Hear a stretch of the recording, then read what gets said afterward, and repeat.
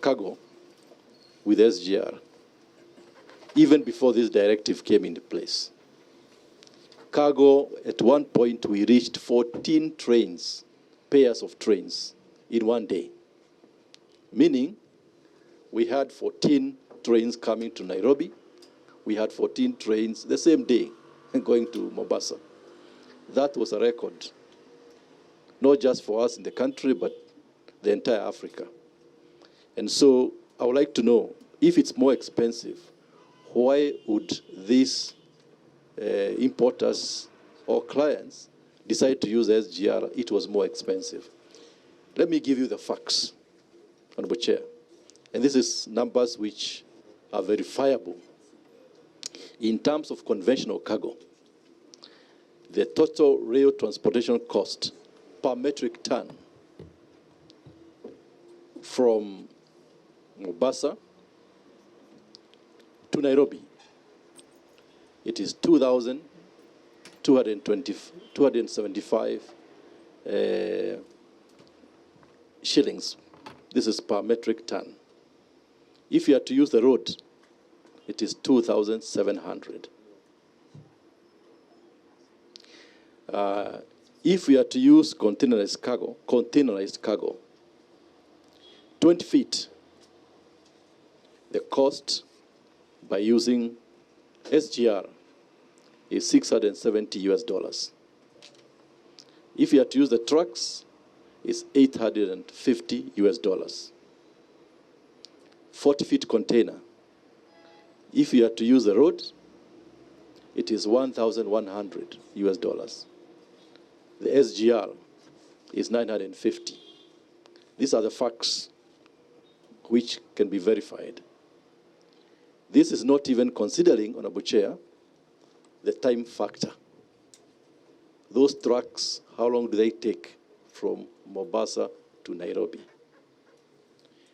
SGR takes 8 hours, cargo.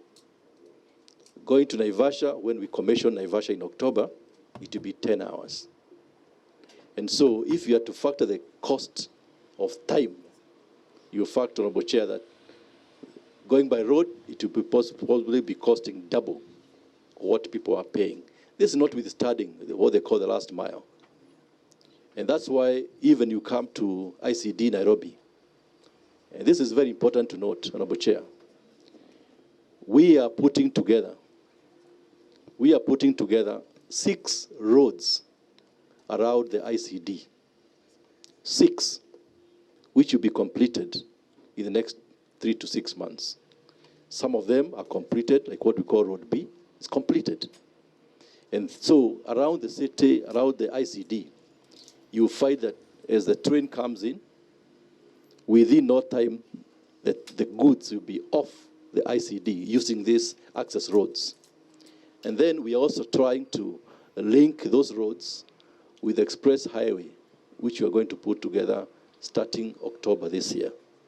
And so the issue about last mile, because that's what people keep on arguing about, last mile to connect to Eastern Bypass, last mile to connect to Southern Bypass, this will be a thing of the past.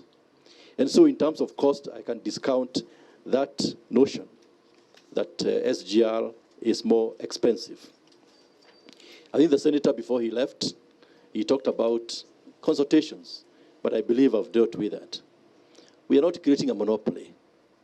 We are creating an efficient transport system.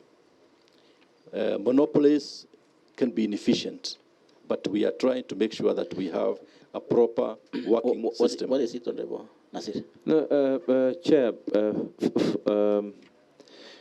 I don't know whether it is right for the CS to actually mislead all of us. And you're misleading us because, as a matter of fact, the reason why people are complaining, one of the major reasons people are complaining, over and above issues of job losses, is because SGR is actually more expensive. And I don't know who is the one who gave you these figures, but I can assure you that yes, Directive for government cargo, as it is right now, government is spending 30% more on transporting their own cargo. And what is happening is that you're trying to impose the same. And I want to actually be on record I want to be on record that the CS is actually misleading Kenyans, by extension through this committee, Chair. We can agree with the figures that he has given, that this is the amount that SGR is charging. But when it comes to road transport, and maybe he can be able to advise us where he got those figures from, there is a reason why people are preferring to use road over SGR. And I've even started, Chair, by saying that in any jurisdiction of the world, public transport is subsidized. There is no doubt about that. But when he tells us that SGR is actually cheaper than using road, would there be this hue and cry right now? Would there even be Kenyans wanting to use roads? Chair, at the onset, I wish to take the opportunity first and foremost, if I offended any of my colleagues. We are all members of parliament. Fair enough. Secondly, Chair, I think we are all in agreement on one part, that what is most important is the efficiency of the SGR to compete with other stakeholders. And I'm glad that the CS has given us an assurance that there is no one who's going to be bullied. And I'm hoping that if we are going to be able to also substantiate that someone has been bullied to compulsory use the SGR, then the person who did the bullying, action will be taken, so that it sets an example that we cannot have things that are going to be able to, be subject to other rules that are not the ones that are being done by Parliament and even the Ministry as well. And we are equally in agreement. I think all of us are in agreement that SGR should compete on a competitive basis. If it is an issue of, because of efficiency, because of cost element that will ensure that people go to the SGR and not use the transport companies, that is even better for everyone. It is encouraged. As a matter of fact, we are going to support it in Parliament as well on whatever means. Okay. But Chair, just on a parting note, because I'm sure that this is something that we will be coming to consultations. Yes. When you say that there are loopholes in Mombasa, but then there are no loopholes in Nairobi for purposes of clearing. And the reason why I'm saying this is because, as Honorable Mashetani has said, there's a huge amount of people whose livelihood depends on the clearing and forwarding business.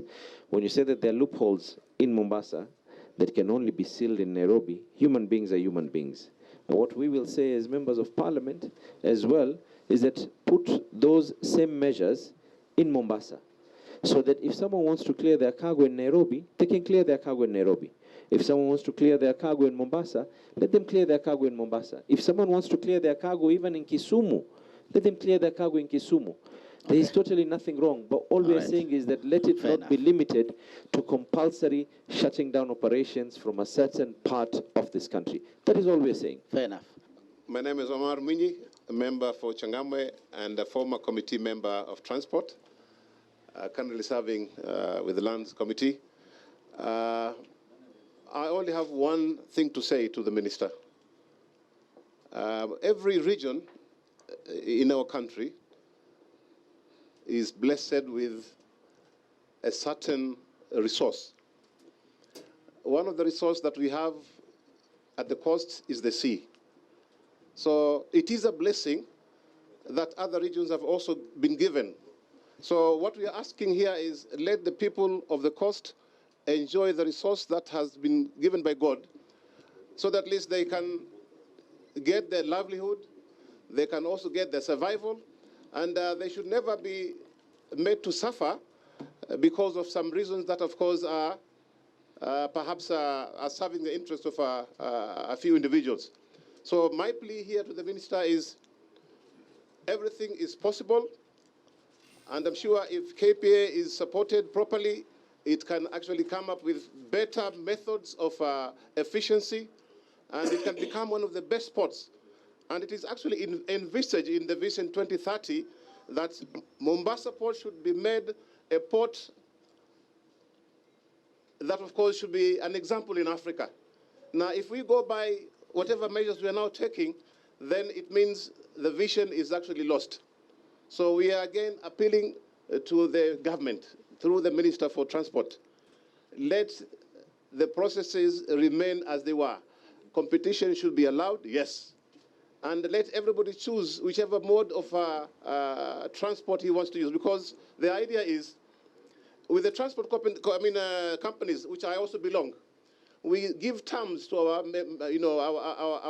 our customers. Sometimes we give them 90 days, and we take these goods up to their places. So these are some of the advantages that they are benefiting from us. So let SGR do their own bidding, and let's compete. And in the process, the customer will actually be served. At the same time, the public will get that advantage of competition by getting perhaps better pricing in all the commodities that we are using. Thank you, Mr. Chairman. Fair enough, Honorable Munyi. And yes, I have your name from the Speaker's letter, so you are properly in the committee. So, CS, finally. We shall make sure we assimilate all those issues which have been raised as we do and complete the consultations which I committed to.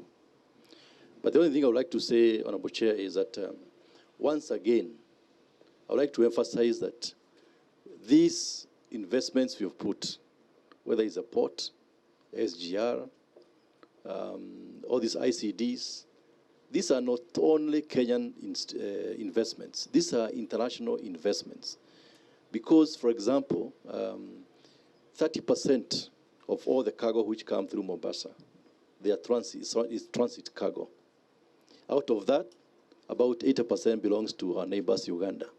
So as we are discussing this, let's not localize the discussion, because these are very, very important installations. I would like members of parliament through this committee to keep on supporting these investments we are doing. It has transformed our transport system. You just need to reflect, Chair, 5 years ago, what used to happen. On this road from Mombasa to Nairobi, we used to have accidents, loss of lives. But now, because we have an SGR which is very robust, we can now afford to, mitigate that risk which used to face Kenyans on an everyday basis. As we are discussing the corridor, let's remember the corridor is not just a Kenyan corridor. It goes all the way to the great risks, lakes, all the way to the western seaboard of Africa. Kenya will not be able to distinguish itself as a premier, hub in terms of business, industry, if we just confine ourselves with a small argument about a few vested interests here and there. We must make sure we open it up. And that's why yesterday we even looked ahead and said, how will the port of Mombasa look like 30 years from now? And we give them commitments which are in writing, that the cargo will move from 31 million tons to 70 million tons in the next 30 years. These are jobs. And you see, because the region where they happen, majority of the people who come from there anyway.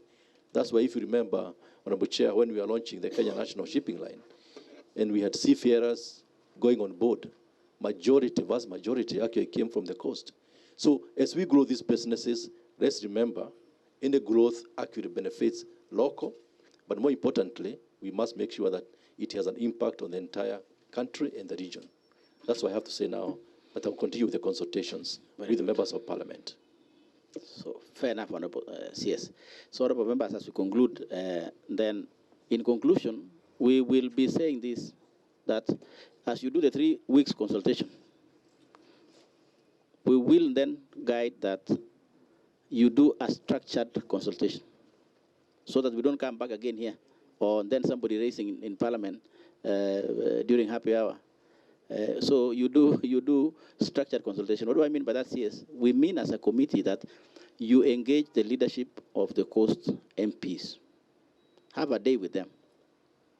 Listen to them. Listen to what they're raising. And at the tail end of that consultation will be this committee, so that we can be able even to look and say, look, you know what, did you go through this and this? Did you consult our colleagues, members of parliament from coast? Then we can move forward. And as you said earlier, nobody blocks development. Nobody. Parliament is supposed to facilitate government to do development. That's the role of parliament. So with those many remarks, honorable members, and then the meeting and the committee meeting is adjourned.